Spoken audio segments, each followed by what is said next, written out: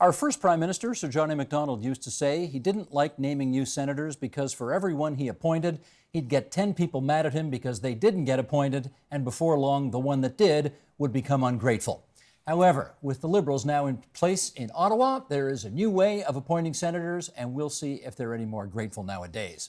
Here are Ontario's three newest senators: Peter Harder, Francis Lankin, and Ratna Omidvar. And Senators three, we welcome you here to TVO. It's great to have you here. Thank you. I do need to just sort of, as I do from time to time, declare, in the interest of full disclosure, one of my sons works at the Senate. I don't know that he works for any of you three particularly, and I can see from the look on your face, you haven't even met him yet. Nope.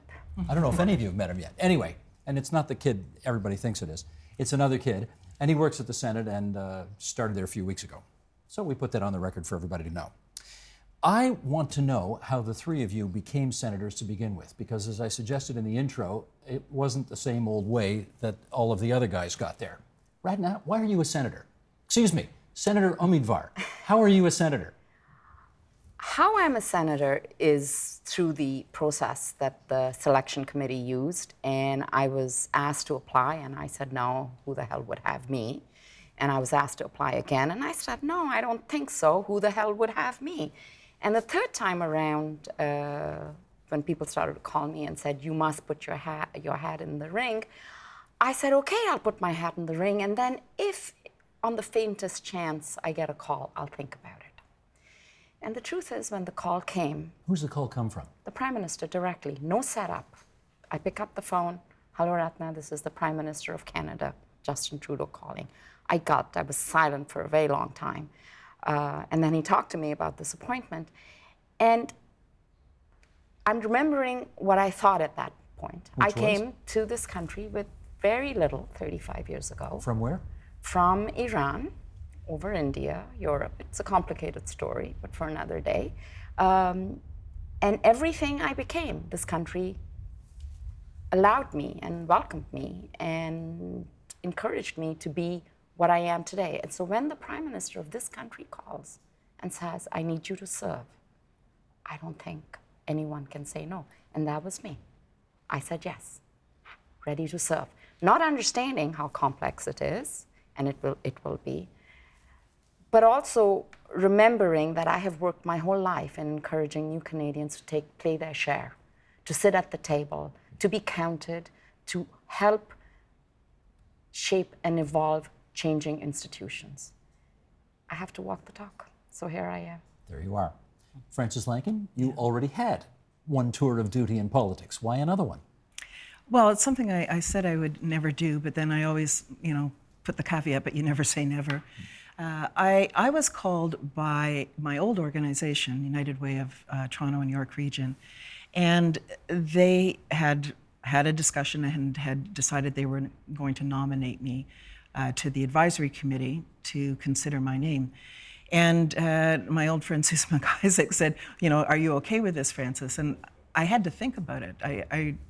I've spent a lot of years being critical of the Senate and continuing that criticism over the last number of years. In fact, a deeper criticism. You should just remind everybody, you're a New Democrat cabinet minister from back in Bob Rae's government time, so this is 25 years in the rearview mirror.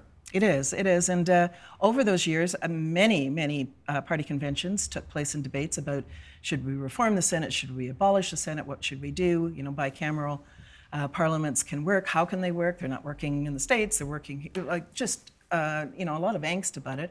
And you may know that we've never had a New Democrat sit as a New Democrat.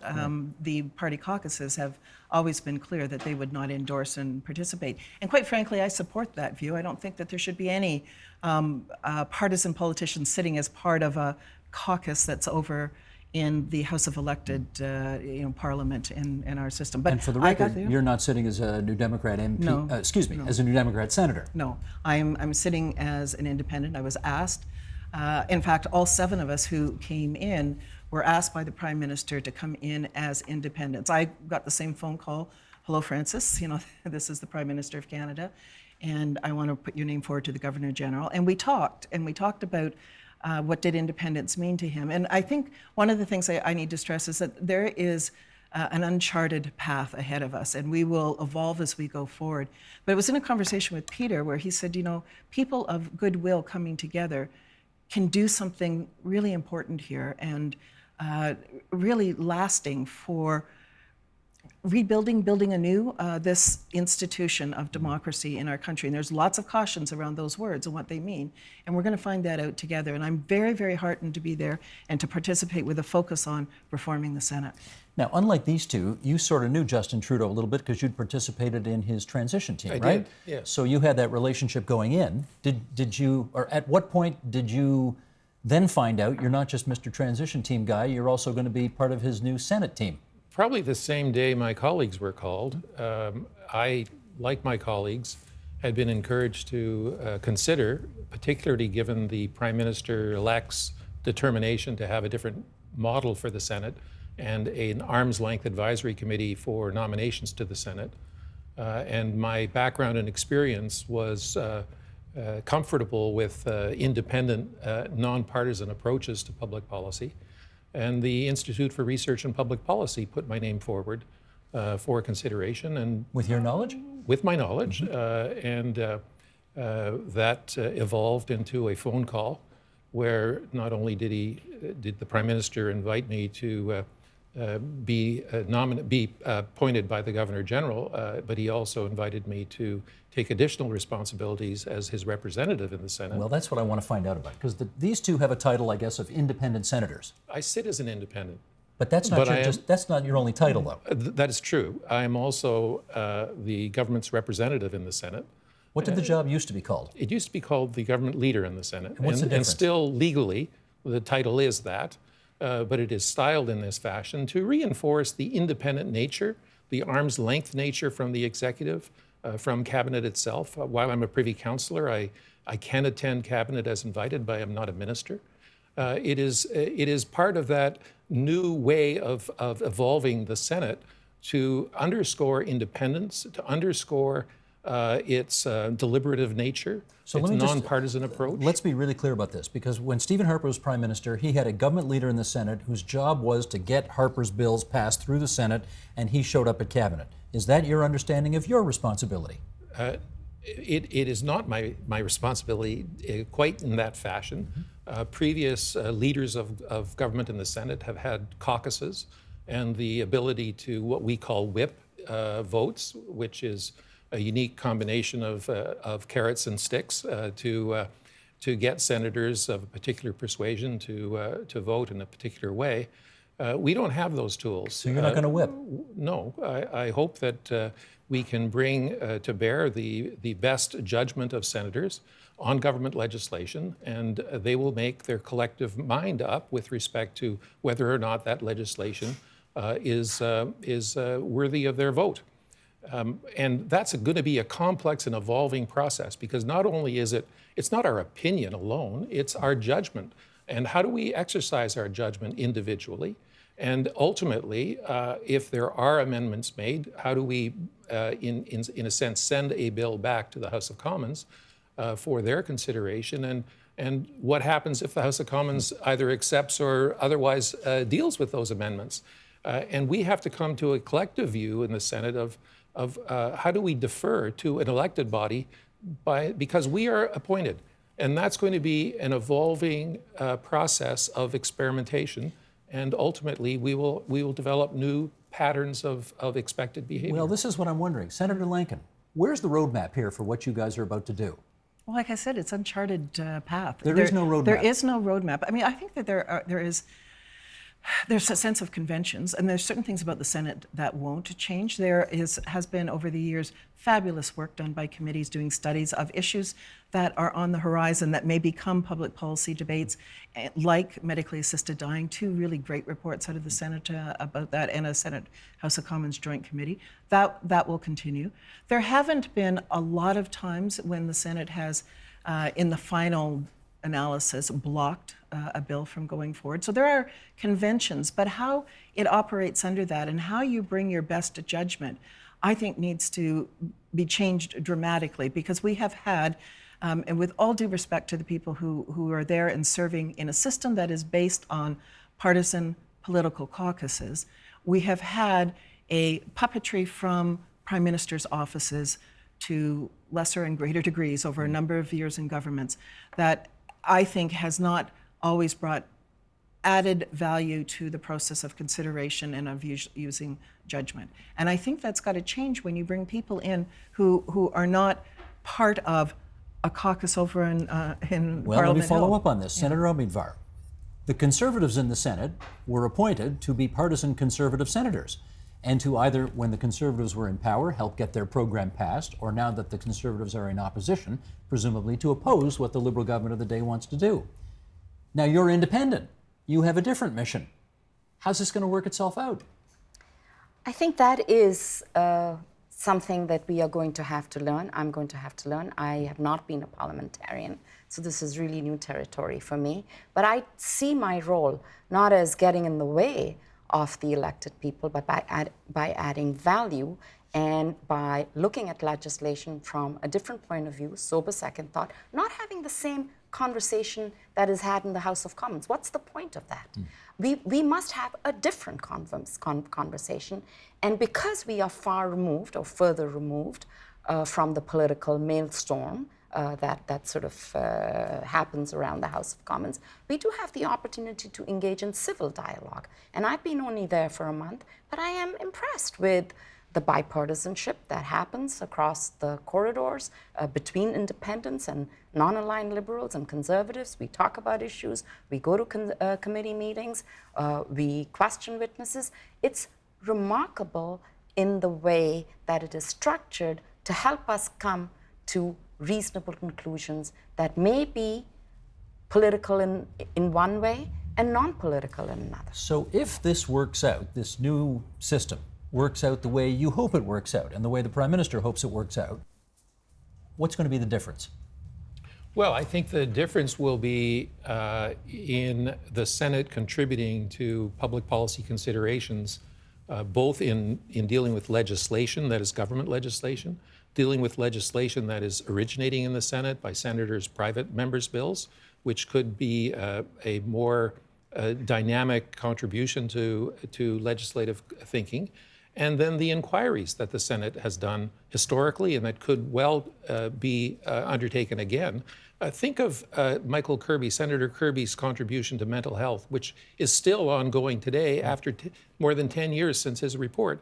There are issues that require that degree, as my colleagues have have said, that require a degree of anticipating the public policy debate, and it is not yet ripe for a partisan conversation in the other chamber, but it could become a policy issue that we need to deal with as a country in the coming, let's say, 10 years. Well, there are issues that the Senate can contribute to. Okay, let's not even wait 10 years. I mean, let's wait 10 minutes. We just had a huge issue come before the House of Commons, didn't make its way to you yet, because obviously the doctor-assisted dying bill didn't make it through the House on the timetable that the government of the day hoped. But take us into the back rooms. At some point, does the Prime Minister take you aside and say, we are going to get this bill through, and when we do, I need you to get it through fast because we've got a June 6th deadline the Supreme Court has put on us? The Prime Minister has not spoken to me about the getting the business of government through the Senate since I was appointed. Not once? He's been very clear that he respects the independence that he's provided me and my mandate, and he's asking me to bring forward the government's legislative agenda in the Senate and to have it dealt with appropriately by the Senate. And I'm working with my colleagues to do just that. And that's the task that we have with this bill, as we have with other bills that are coming before us in the coming number of weeks. Is he aware that that will likely take more time, given the newfound independence of some of the senators?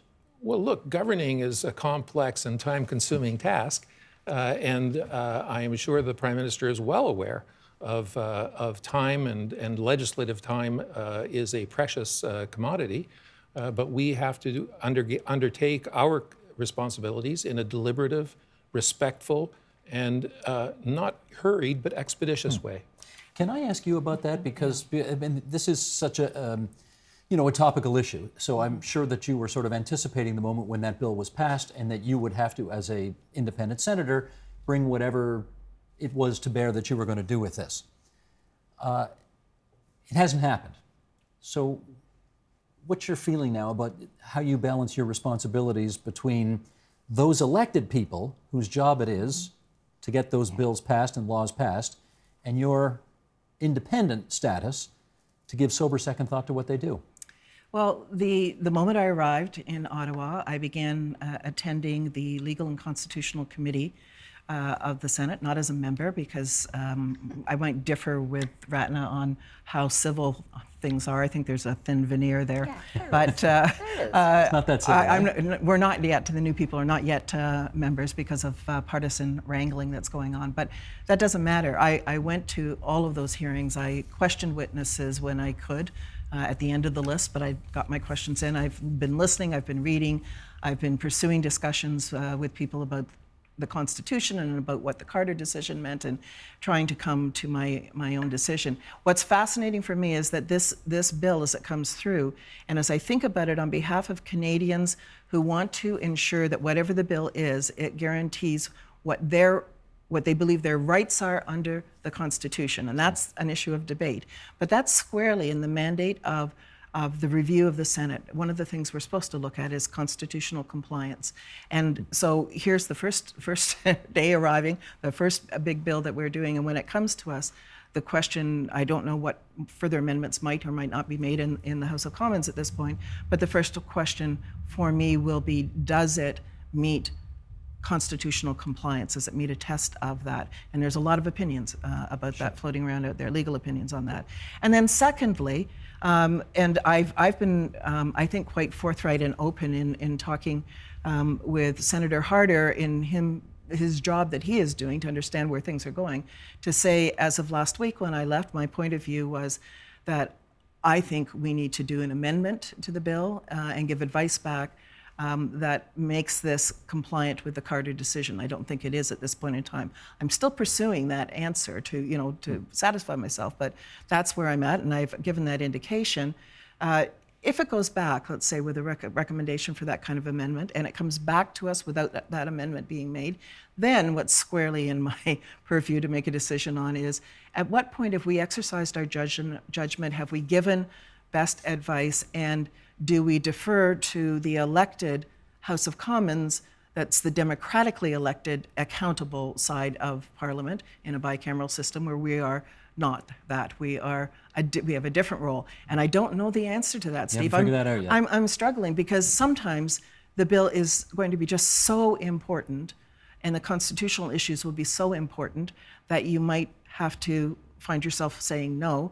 And other times you will feel that the bill sets a structure and a process, and there's a judgment been made of where the country is in a very polarized debate as a whole, and you should defer to that. And I honestly don't know the answer. I'm living this almost every moment of waking moment at this point in time, trying to decide. Senator Omidvar, when somebody, presumably, as may happen, calls you up and says, we need this bill to go through.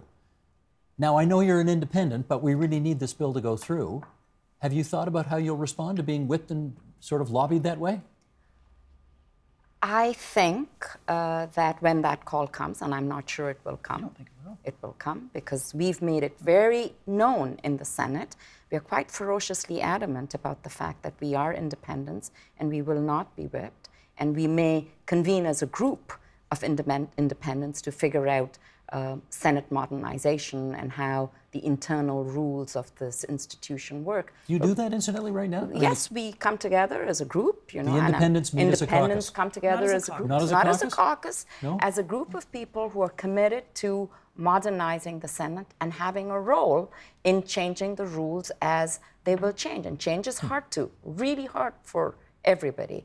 But what is inevitable is that new senators will be appointed, our numbers will grow, and change will happen. So, as someone said, we have to be a little calm about it, because sooner or later this change will be there.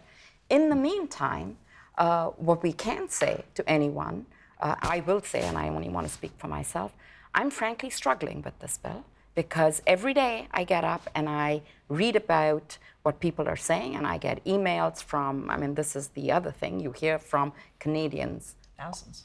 Thousands of Canadians who will write to you with their stories, with their point of view. The witnesses that I have listened to and been around the table with at committees are cogent, they're convincing, they have evidence, they're passionate, and then the next set of witnesses come, and they're equally cogent and convincing. So there are days when I think it is too restrictive. And there are days I think maybe it's a little too permissive. And there are other days I think maybe it strikes the right middle of the road Canadian balance. I have to listen very carefully in the next few days as the Senate sits down and hears more witnesses and hears from the ministers. And I have to listen very carefully to the amendments that are being proposed and then figure out, once we've done our duty, which is not stand in the way of the elected public, but add value and maybe send back bills in extraordinary. So this is a matter of life and death. Mm-hmm. This is different from any other bill.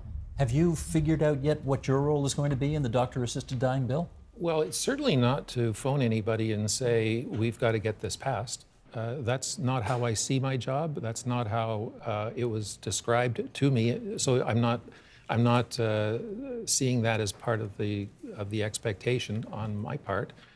I will say that as the government representative, but also as an independent senator, I have come to the view that this bill is Solomon-like in its judgment in bringing a difficult issue to a point at which I believe it is both charter compliant, and it's the first step in a difficult path to opening up access on medical assistance in dying that will see further steps anticipated because of the research and commitment for studies that the bill itself contains.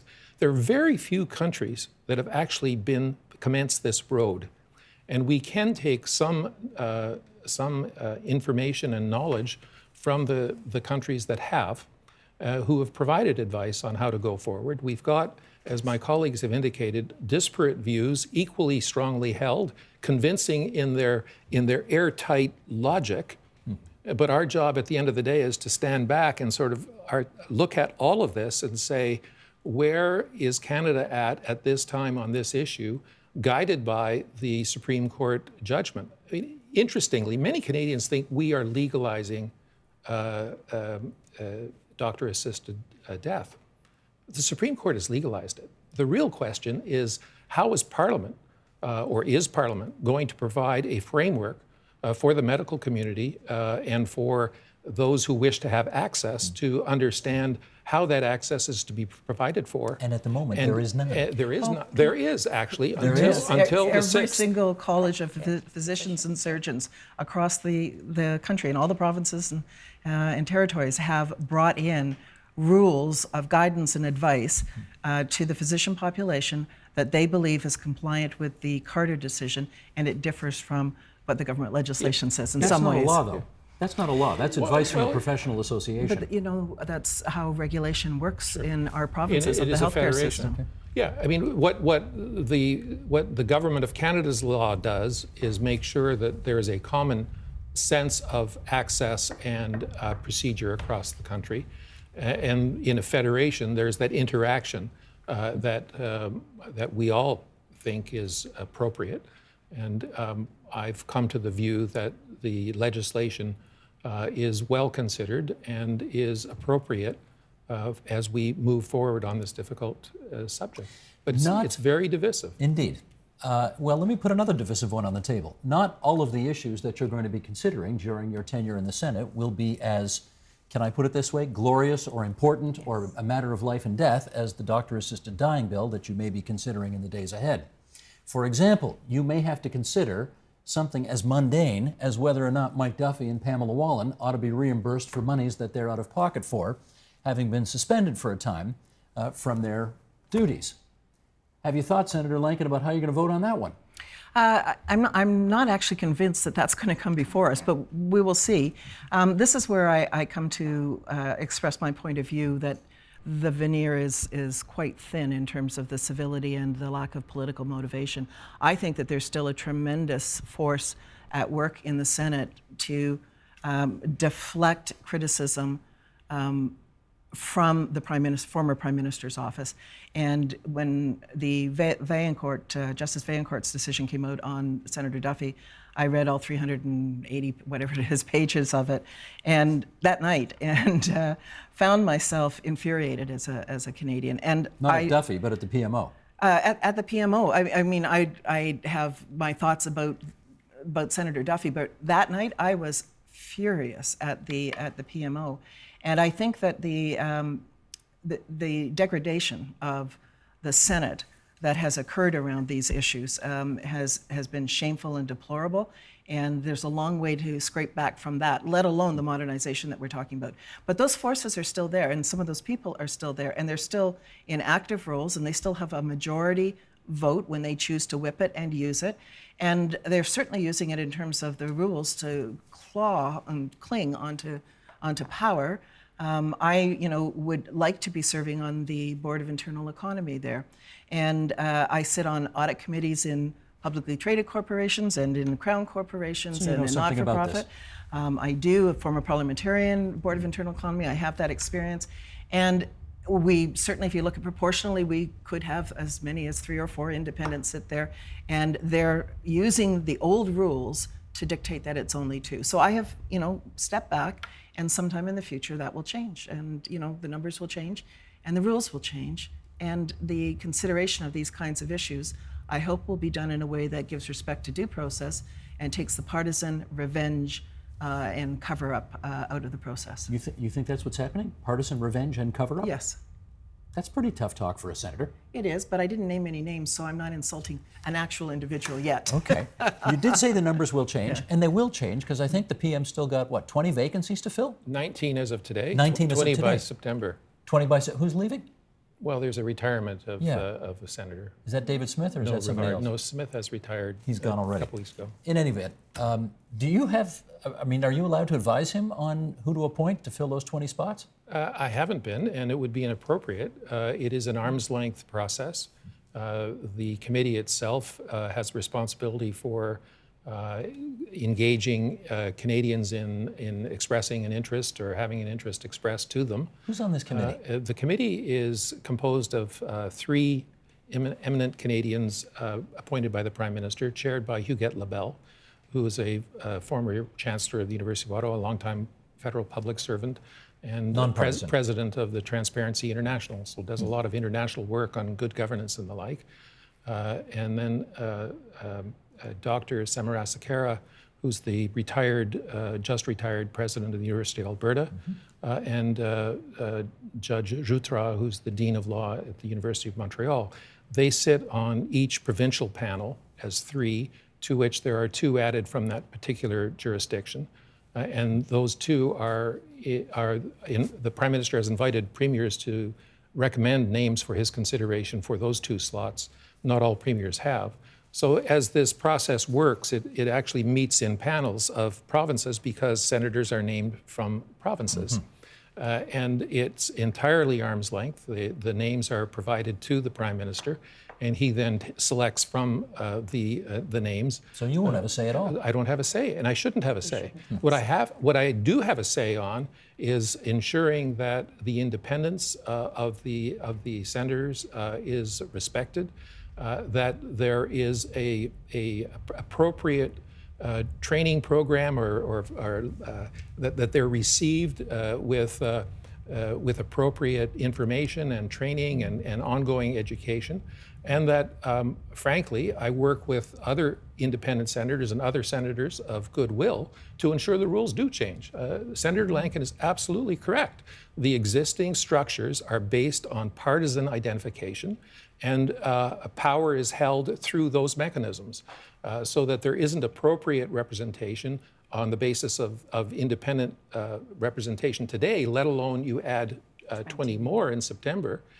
So we're going to have to ensure that the rules reflect the existence of independence as as an entity worthy of equal treatment to those who choose to be partisanly identified, that committee structures reflect that the work of committees, be it chairs or vice chairs or steering committees, reflect that, selection committee reflects that, internal economy reflects that, and that we adopt our rules and procedures to a less partisan approach to power. And the usual carrots and sticks of whips, whether it's an international trip or participating in an international organization or your office or even where you sit in the chamber, are not tools of suggesting in an emphatic way how people should vote.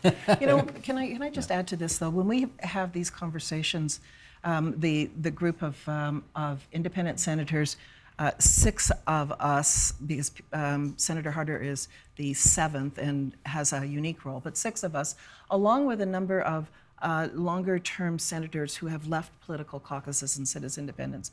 And we talk about the administrative issues. It is with a view to developing a shared vision of what the Senate could be and how it could operate for Canadians.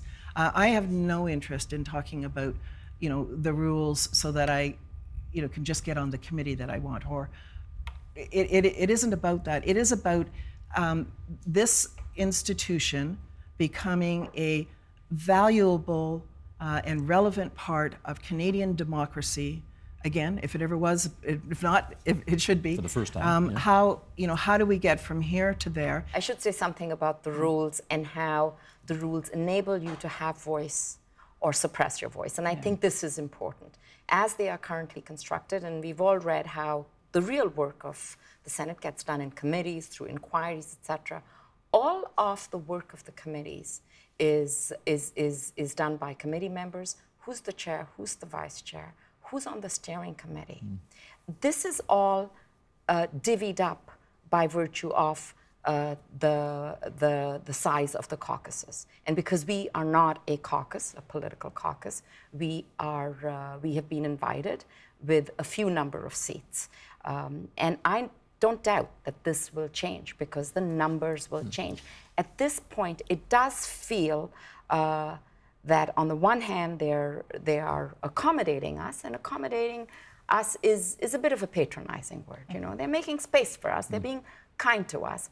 On the other hand, I also think they know change is coming and that they are also trying to grapple with. So I'm a little less, I'm a little more serene about this. Let me ask if you're not concerned about the following. David Braley's a guy who's done a lot for Hamilton, right? He's a rich man and he's put a lot of his own money into helping save the Canadian Football League, and Stephen Harper made him a senator. And he didn't stick it into age 75 because he got sick and tired of walking around Hamilton and people looking at him saying, you're affiliated with that godforsaken, disgusting, illegitimate body, and he was sick of the insults. So he left early. Are you concerned about what might happen to your reputation, which you've spent a lot of years doing good works in the community to establish, by being affiliated with what is, I'm sorry to tell you, the most discredited institution in the country today? I understand the mood of the public, and I understand the statements you're making, but we do have a unique opportunity, and I think a test will be next month, how we acquit ourselves in this independent debate, because every member of every political party so far that I have talked to on the Senate has said this is a matter of values for them, and they are thinking about it as well. I think it is an opportunity to restore confidence.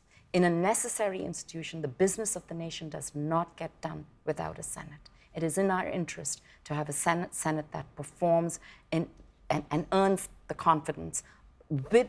Senator Omidvar, it could get done without the Senate. Bob Rae always used to talk about his favorite kind of Senate. You know what that is, the AAA Senate. Abolished, abolished, abolished. Well, how possible is that under our Constitution? Not currently. I will say that. I'm a pragmatic, practical person. So I look at that and I say, given the changes that the Prime Minister is making to the Senate, respecting the current constitutional framework, appointing more independent senators, ensuring that more voice and more independence and less of the partisan politics prevail, maybe over the next 2 years. Now, I don't think the people of Canada can expect us to turn it on a dime either. It's not going to happen tomorrow. And so if there's one thing I would ask the people who say to me, what are you doing there? I would say to them, give us time. I want to ask you that, we'll finish up on this. You've, if I've done my math right, you've got potentially 12 years to spend there as well. And I want to know, Rob Ford was the mayor of Toronto. Donald Trump may be the next president of the United States, representing a lot of people who are absolutely fed up to death with what they see as the political institutions of their respective countries that have let them down. You have a chance here, but you may also get swallowed up in all of that. We may, but I would make the following points. One is the Senate is here to stay, unless for some magical moment there is an appetite for constitutional reform, which wouldn't be led by the Senate, I would suggest. So we have an obligation, and it's not fixed by one person. It's fixed by a collective group of people coming with a determined and shared agenda of reform and change. And that will take time, it will take numbers, it will take cultural change of the institution. But I would argue this is the last best chance for the institution, and frankly, it is worthy of us as individuals to want to serve the country and make this institution as vital as it possibly can be to represent the regions, represent minorities, represent the rule of law, represent the issues that we have yet to adequately debate in our politics, and to bring dignity and honor to the upper chamber of a federal institution that was at the heart of the creation of the country. We wish you well. Just one last word, not to me, but to the Prime Minister. On his phone call with me, he said that these appointments and this process of bringing independence with a will to reform was about him creating the conditions to save the Senate from itself. On that, I agree with him. Okay. I suspect there'll be some people who are curious about the pins, incidentally. The red pins that you are all wearing are obviously your Senate pins. Yes. Two of you are wearing the Order of Canada as well, which is the snowflake, and you've got the Order of Ontario as well, Ratna Omidvar. So we put that explanatory note for all of your bling out there for everybody to know. Senators Harder, Lankin, Omidvar, good of you to join us at TVO tonight. Thanks so much. Thank you. Help TVO create a better world through the power of learning. Visit supporttvo.org and make a tax-deductible donation today.